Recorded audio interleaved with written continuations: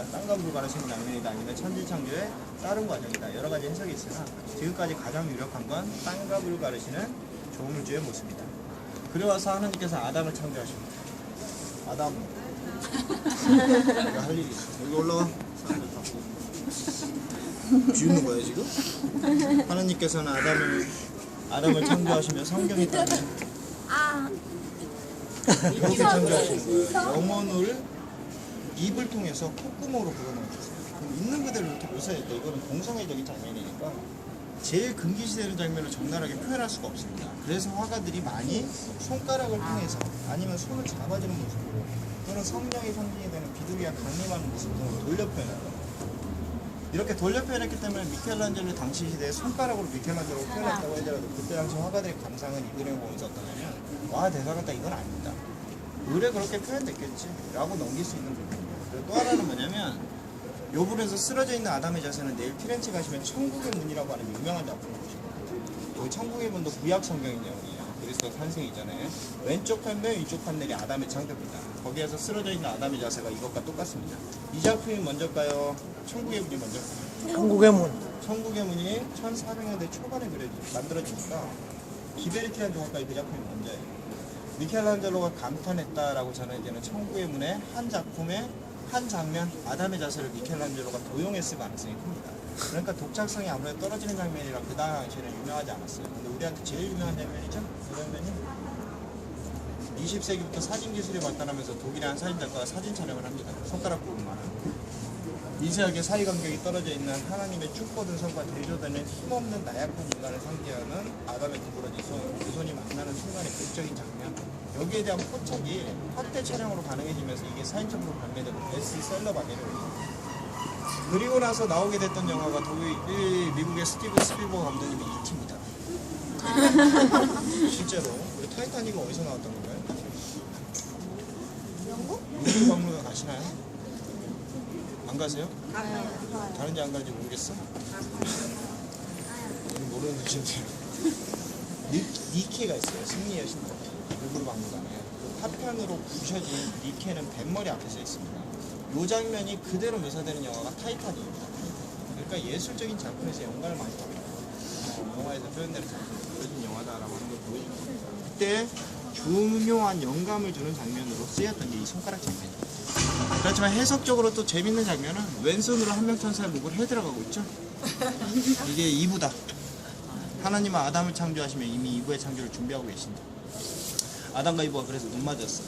이제는 아담과 이브가 눈 맞고 나서 이제 이브가 창조되는 과정만 묘사되면 되는데 아담의 갈비뼈에서 이브의 근간이 생깁니다. 그러니까 아담의 몸에서 나온 거랑 마찬가지예요. 아담의 정가위 부분을 확대시켜 보니까 흰색 명암 따라 가슴, 몸통, 다리.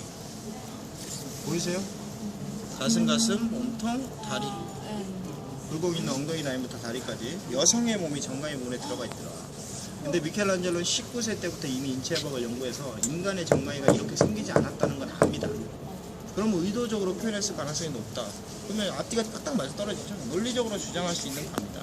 그렇기 때문에 2부의 창조에 대한 완벽한 복수를 이 장면의 그림이 하고 있다 라고 얘기를 합니다. 그 다음 태어난 장면이 여기서 깔아줬듯이 2부의 창조. 그리고 태어났던 2부는 선악과를 받아먹습니다. 근데 이 장면에서 재밌는 건 당대 화가들은 죄다 이 장면을 어떻게 그렸냐, 원죄라고 하는 장면, 선악과를 받아먹는, 뱀에게 선악과를 받아먹는 이 장면을 어떻게 그렸냐면 선악과를 받아먹고 이브가 아담에게 건네주는 장면을 그렸어요. 근데 이건 중요합니다. 왜냐하면 원죄에 대한 책임을 오히려 여자에게 돌렸던 이유도 바로 여기에 있어요. 이브에게 돌렸던 이유도. 권했다 라고 하는 게 문제의 발단이 되는 거죠. 근데 미켈란젤로는 이 그림에 어떻게 그리고 있나요? 아담이 알아서 따먹죠? 이브가 받아먹고 있는 가운데. 그러니까 미켈란젤로는 그렇게 생각했을 가능성이 높습니다. 원죄에 대한 책임, 인간의 원죄에 대한 책임은 여성과 남성이 공동으로 진다 라고 하는 것들을 명확히 보여줬던 장면이에요. 다른 사람들과 다르게 사고했던 예수가임을 보여주는 하나의 장면이고, 쫓겨날 때 아담과 이브는 다크서클이 무릎까지 가 있죠. 원죄에 찌든 인간의 추악한 욕망의 깊은 모습으로 표현합니다. 실제 그림은 요 부분, 요 세 장면을 먼저 시작을 해요. 그래서 요 부분부터 작업을 해서 뒤쪽으로 갔다가 밑으로 내려오면서 역순으로 작업했습니다. 여기는 오밀조밀하죠, 인물들이. 근데 밑으로 갈수록 커집니다. 20m 높이 아래에서 봐야 되고요. 그러니까 이래서는 내용 표현이 불가능합니다. 그러니까 인물의 자세를 더욱더 강조해서 자신의 주특기 발휘해서 밑으로 오게 됐던 겁니다. 그러다 보니까 구도를 여기부터 잡았어요. 근데 보시면 그림이 작은 그림, 큰 그림, 작은 그림, 큰 그림, 작은 그림, 큰 그림, 작은 그림, 큰 그림, 작은 그림 이렇게 반복되잖아요. 중요한 사건 이어지는 사건, 중요한 사건 이어지는 사건입니다. 이렇게 반복되는 그림이 만약에 똑같은 판넬로 장식 없이 그려졌더라면 그림이 단조롭게 그려서 내용 연기가 쉽게 눈에 안 들어왔을 거예요. 그래서 미켈란젤로는 작은 그림, 큰 그림으로 판넬을 나눕니다. 근데 이 부분에서 만약에 이 부분을 작은 그림에 채워놓으면 인물수가 너무 많습니다. 잘 보이지도 않아요. 그렇기 때문에 미켈란젤로는 어쩔 수 없이 이 부분에서 구도를 바꾸고 이 장면을 첫 장면으로 시작했습니다. 그래서 순서가 여기서 바뀌어요. 홍수죠? 방주로 만들어 들어간 노아의 자손들 150일간 육지가 물에 잠겨 있은 후 세 마리 새를 날려보는데 마지막 새가 물고 왔던 게 이제 올리브 나무거든요. 인류 역사상 가장 오래된 장면이라고 하는 것들을 또 보여주는 성경의 내용 구절이고, 이 올리브 나무까지를 비둘기가 물고 온 뒤 육지가 드러났음을 알게 된 노아와 자손들은 순양을 태워서 강과 창자를 태워 그 연기를 흡향하게 하시는 번제라고 하는 감사드린 제사를 지내요. 고대 제사. 그리고 최초의 포도농사를 짓습니다. 좀만 참아. 너 이게 다 네가 살이 되고 피가 되고 이런 얘기야. 별 얘기는 아니지만. 그래서 이게 최초의 포도농사 지은 노아는 포도를 섭취해서 포도주를 만들어 먹어요. 와인. 이 와인을 만들어 먹은 노아는 뻘거벗고 쓰러져 잠들어 버립니다. 셈과 함과 야벳, 노아의 세 자식이 그를 보고 셈과 야벳 두 형제는 좌우에서 옷이라도 가져 덮어드리려고 애쓰고 있어요. 근데 뒤쪽에 아버지 똑바로 쳐다보면서 손가락질을 드는 나쁜 자식이 있죠? 이 자식이 함입니다. 잠에서 깨어난 노아는 함에게 말합니다. 함, 네가 낳은 가나안, 그들이 낳은 후손들은 평생을 셈과 야벳이 낳은 후손들의 손과 발이 될 것이다. 그러니까 이 함이라고 하는 자식에 대해 분노한 노아는 저주를 아버지 대해서 끝내는 게 아니라 그 후손에게 돌려줍니다. 그래서 가나안을 특별히 지정해서 그의 후손들에게 저주를 내리죠. 잔인한 저주. 유럽 사람들이 이 얘기에 대해서 해석을 하시면서 함이 낳은 가나안, 그들의 후손들이 분포했던 땅이 결국에 지금의 흑인 노예들이 사는 땅이다 라고 얘기하며 함을 그릴 때는 항상 까부잡잡한 피부의 함으로 그렸어요. 성경 내용과는 관계가 없다. 근데 흑인 노예설에 대한 적당한 증거거리를 성경에서 당위성을 부여하려고 하다 보니까 억지로 찾아낸 대표적인 장면 중에 하나입니다. 그래서 1500년대 이후까지 함의 모습을 이렇게 까무잡잡한 피부로 그려집니다. 요 그림이 4년 5개월 사다리에 올라가서 미켈란젤로 그려질 때 미켈란젤로가 직접 그려놓은 스케치 아니에요. 그 자세로 16시간에 20시간의 노동을 합니다. 그 친구한테 카톡 보낸 거예요. 하기 싫어 죽겠다 친구야 라고 말하면서 그려놓은 스케치 아닙니다. 그래서 이 그림을 두고 게테는 일찌감치부터 이 그림을 보기 전까지 인간의 한계에 대해서 논하지 마라. 아까 5천만원 뭐 이런 얘기 해드렸는데 농담이 아닙니다. 미켈란젤로는 생계를 위해서 조각을 분명히 했던 건 맞아요.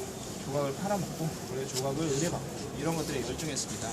그렇지만 또 가이드가 아까도 말씀드렸지만 돈만 벌기 위해서 사람이 살면은 그 값어치가 있겠습니까? 또 다른 값어치를 분명히 추구하게 되죠. 여러분들 직업에서도 미켈란젤로 그 값어치의 결과물입니다. 이 사람에 대한 삶의 열정, 이 사람이 자신의 삶에 대해 가졌던 열정을 우리하고 똑같은 방식으로 볼 수 있는 그림이 천지창조고, 감흥 포인트를 그렇게 잡으시면 그림이 어떻게 그려졌거나 중요한 게 아니에요. 그래서 가서 보는 순간 누도 교수가 지금 미켈란젤로가 사다리 위에 올라가 있으면 감상은 성공입니다. 그래서 어떤 노력을 하고 있는가라고 하는 부분에 대해서 볼 수 있는 작품 중에 하나가 천지창조라고 하는 작품이고, 25년 뒤에 주인 그리스도의 손이 내려지는 순간 심판이 시작되는 겁니다. 심판이 시작되면 천국과 지옥이 갈리는데 성경의 내용에 따르면 7명의 천사가 나발을 불면서 날아와야 돼요. 근데 그렇게 그리면 시선이 분산돼 버리죠. 그러니까 중간에 모여있는 7명의 천사가 나발을 불고 있고 2명의 천사 명부 두고 있습니다. 큰 명부, 작은 명부, 지옥 가는 명부, 천국 가는 명부. 미켈란젤로가 바라봤던 부패한 신실하지 못한 그 시대에는 지옥 가는 사람이 훨씬 많고, 어떻게든 올라가 보려고 하는 사람들, 천상으로 올라가 보려고 하는 사람들이 천사 2명이 내려와서 주먹질해야 되고 있어요. 천사들의 조폭 행사. 자비롭던 천사마저도 반지의 순간에 자비란 건 없다. 이 인물은 어디서 많이 보셨죠? 로댕에 생각하는 사람의 최초의 영감을 주었다. 부분이 이 부분입니다. 고뇌하며 끌려 내려오는 귀족의 모습. 그리고 완벽한 자세, 까무잡잡한 피부. 누군가요? 타이거 우즈. 불륜한 진실을 저지른 단테의 신곡이라는 작품을 분명히 어머님들, 어떤 어머님들 중에는 읽어보신 분들이 있습니다. 단테의 신곡의 지옥편에 나오는 프론테, 카론이라는 악령입니다. 영혼을 나로 빼시라 저승으로만 봤는데 천국과 지옥의 대부분의 인물들이 실존 인물입니다. 부패한 성지와 귀족은 당대 성지와 귀족들은 제가 지옥에 떨어져 있고, 당대 성지자들 위주로 그리고 예수가들 위주로 천국을 구상하고 있습니다. 또 하나 천국과 지옥을 가는 중요한 기준이 미켈란젤로 사심이에요. 미켈란젤로한테 돈 떼먹고 도망갔던 애들은 죄다 지옥에 있습니다. 빵이라도 한 조각 사던 애들은 죄다 천국에 있어요. 사심대로 그리다 보니까 이 그림이 올 루드라고 그랬죠, 원래 원작은. 근데 지금 20개 기저귀가 제자에게 채워진 겁니다. 미켈란젤로가 수정을 공부하고 나서. 이 그림이 올 루드였을 때 이 그림을 보고 비난했던 사람 중에 교황청의 2인자가 있어요. 쓰레기 같은 그림이다. 목욕탕이나 고급 주점이나 어울린다 라고 말했던 2인자 최세나란 추기형은 결국 지옥의 신 미노스가 됩니다. 당나귀 귀에다가 뱀이 또알 뜨고 성기로 깎는 있어요. 미켈란젤로 사심대로 그려진 장면이에요. 근데 실제 가장 부패한 성직자의 대변인입니다. 대놓고 권력층을 비난했던 거예요, 그림에서. 그래서 이 사람이 다 따집니다. 자네는 심판도 안 받는다 라고 하니까 미켈란젤로가 자신의 모습으로 지목했던 게 이 살가죽이에요. 교황 그리스도의 12사도 중 한 분인 바르톨로메오라고 하는 사도분은 머리부터 발끝까지 산채로 살가죽을 벗겨내서 순교당하셨습니다. 그래서 그분은 항상 살가죽을 들고 있는 채로 그림에서 묘사가 되는데, 이분은 대머리에 수염이 있죠? 근데 이 살가죽은 머리카락이 있고 수염이 없잖아요. 미켈란젤로의 70세 측면 초상입니다.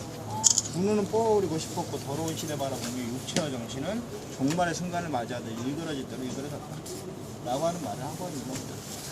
이 헐거운 살가죽이 얼마나 보잘것없는 것인지 사람들에게 자신의 자화상을 보여주고 있는 것입니다. 사회를 바라보는 모습에 대한 표현의식이 이 장면에 있는 겁니다.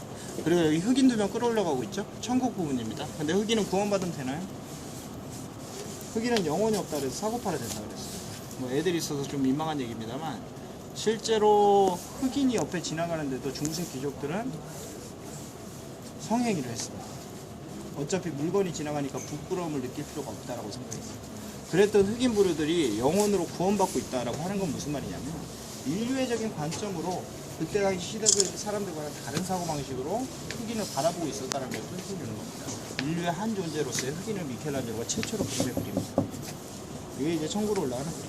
여러모로 원숙한 예술가의 솜씨가 군데군데 느껴지는 그림이라 젊은 날의 열정을 보시고, 그리고 나서 70세가 가까워지는 1534년부터 1541년까지 그림을 통해서 한 공간에서 표현 의지를 잔뜩 가진 채로 붓을 들고 교황청의 의도와는 상관없이 자신의 표현, 자신의 생각을 그림 속에 집어넣었던 담대한 예술가 미켈란젤로의 원숙한 모습을 또 보실 수 있다라고 하는 건 행운, 말 그대로 행운입니다. 거의 다 그 공간이 도왕선출에 일하는 신성한 장소입니다. 그래서 이 공간에 안 들어가 보시고 어떻게 여행이 완성이 됐다라고 할 수 있겠습니까? 그래서 유럽에서 가장 중요한 박물관으로 하루에 4만 명이 입장하는 곳에 여러분들이 오신 겁니다. 그래서 가셔서 교황님의 수집품, 작품관들이 있는 곳들을 한 20여 분 정도 지나신 뒤에 우리가 바로 시스티나 에베당으로 입장하는데, 지금까지 올라가셔서 이제 다른 수신기를 받으실 거예요. 근데 받으시기 전까지는 가이드 목소리